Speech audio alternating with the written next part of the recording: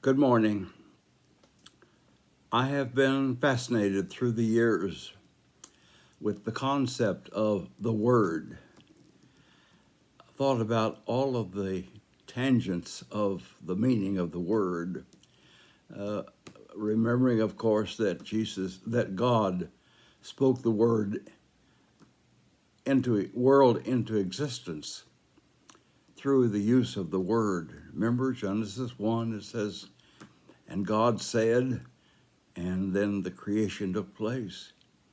And then in the first chapter of John's Gospel, in the beginning was the Word, and the Word was with God, and the Word was God. And then a little later, in that same first chapter, and the Word became flesh and dwelt among us, and we have beheld his beauty. My, the concept of the Word. Logotherapy was developed out of the concept of the Word. And I'm aware of the power of the Word as I've seen it spoken, used, written, so forth throughout the years. So I'm concerned and excited to make new discoveries about the Word. In David Redding's book, The Miracles of Christ, he provides an interesting insight into what are usually called the miracles.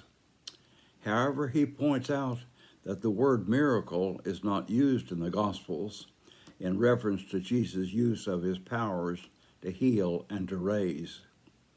4 words are used, Greek words, of course, but the words are translated into these 4 words: signs, powers, wonders, and works.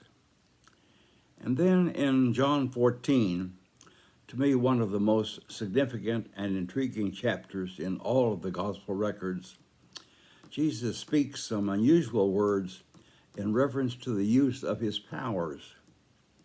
John 14:10 reads this way: "Do you not believe that I am in the Father, and the Father is in me? The words that I say to you, I do not speak on my own, but the Father who dwells in me does his works." I've always been intrigued by the deeper meaning of that statement, where Jesus relates the idea of words and works. Let me read it to you again. "The words that I say to you, I do not speak on my own, but the Father who dwells in me does his works." Jesus' reference to God's works and words become especially interesting when I discover that in each of the raisings of the dead that Jesus performed, Jesus actually spoke words in order to accomplish and effect the raisings of these 3 different people. I'm intrigued by that idea. The words and the works. The words that Jesus speaks that effect the raisings is what is lifted up. Let's look closely at each of the raisings, giving special attention to the method of the raising. In the encounter with the son of the widow of Nain, the story is told in Luke 7:11 and 16. Jesus speaks these words to the young man in the casket. These specific words: "Young man, I say to you, rise." The dead man sat up and began to speak, and Jesus gave him to his mother.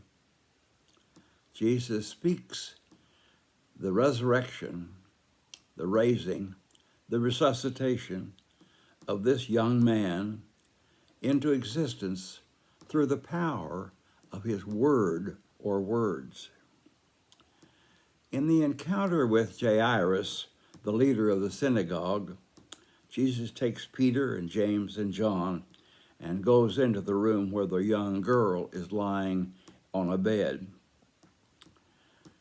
a dramatic scene, if you will. Jesus says to her, Talitha cum, an Aramaic phrase which means, little girl, get up.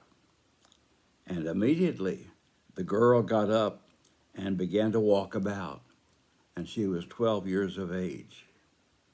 Again, if you will, the words of Jesus, or the power of the words, speak the resurrection of this young girl into existence. It causes her to be able to rise up. It gives her power within her body. In the raising of Lazarus, probably the best known raising, Jesus stands some distance. You'll remember the story. He stands quite some distance from the tomb, and you'll recall that he has waited 3 days to come, even though he had heard that Lazarus was sick. He stands some distance from the tomb and speaks loudly 3 words, Lazarus, come out. And the dead man comes out of the tomb.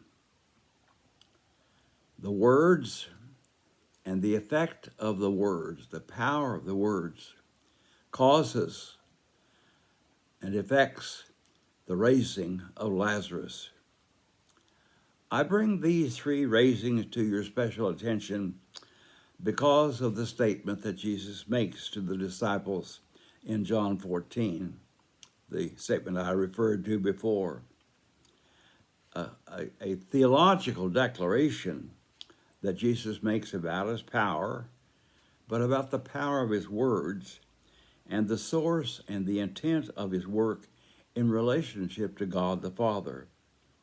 Remember, do you not believe that I am in the Father and the Father is in me? The words that I speak to you, I do not speak on my own authority, but the Father who dwells in me does his works. Verses 10 and 11. Note particularly these words, the Father who dwells in me does his works. The healings and raisings are in direct alignment with the mission of God for his people, his children, us, if you will. Jesus' use of his own words spoken aloud in these particular occasions and in the face of the possibility of resurrection is certainly a sign and signal to us of the kind of Jesus Christ, kind of Christ that Jesus is and was, and the powerful effect of Jesus speaking these words into reality. I do need to remind you, I feel, of the same precise methodology that Genesis 1 tells of the creation of the world. How was the creation done? What caused the creation? Genesis says, and God said, and creation took place. The power of the Word of God created the world, the very world in which we live. Always remember, beloved, the power of words spoken into existence. Choose your words carefully. Choose loving words. Choose caring words. Choose forgiving words. Choose encouraging words. Choose words of respect and value. Let your words speak healing, empowering, helping, and love into existence every day if possible through you and what you say out loud.